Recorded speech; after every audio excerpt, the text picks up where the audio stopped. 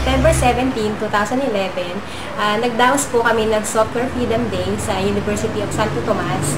Ito po ay pinangunahan ng Computer Professionals Union at ang host ay ang Computer Science Society.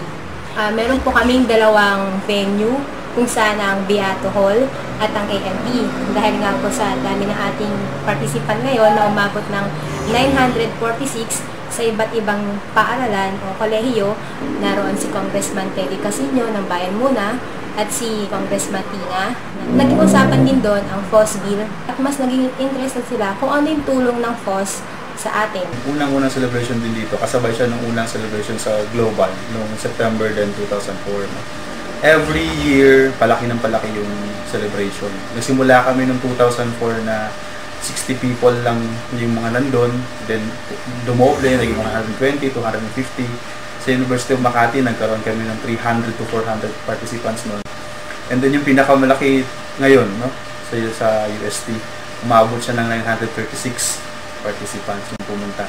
Simula noong 2007, nag-decide yung CPU na ang Software Freedom Day, ang focus talaga niya for Philippine celebration ay students, yung focus natin.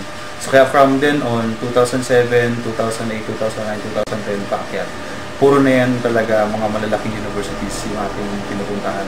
Actually, malaki yung pwede may tulong ng open source software upang maging accessible yung mga information na ginagamit nila.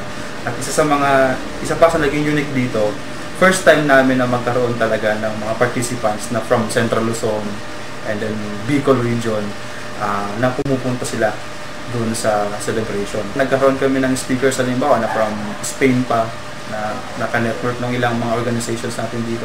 And then nagturo siya on arts, on open source.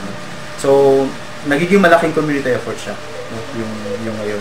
And then first time din na lumawak yung Wikimedia or yung Wikipedia Philippines pala doon sa celebration. So, nagkaroon na ng fusion yung celebration ngayon. Hindi na lang software ang pinag-usapan natin, kundi pati yung open content.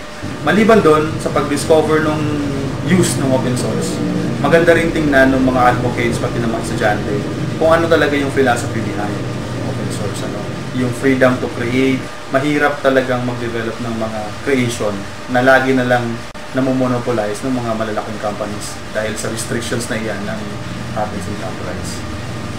Hindi magagawa ng CPU na maging successful yung Software Freedom Day simula 2004 kung wala yung efforts at tulong ng community. Yung iba-ibang mga users groups from Ubuntu, to Python, to Drupal, to Blender, to educators na gumagamit ng technology.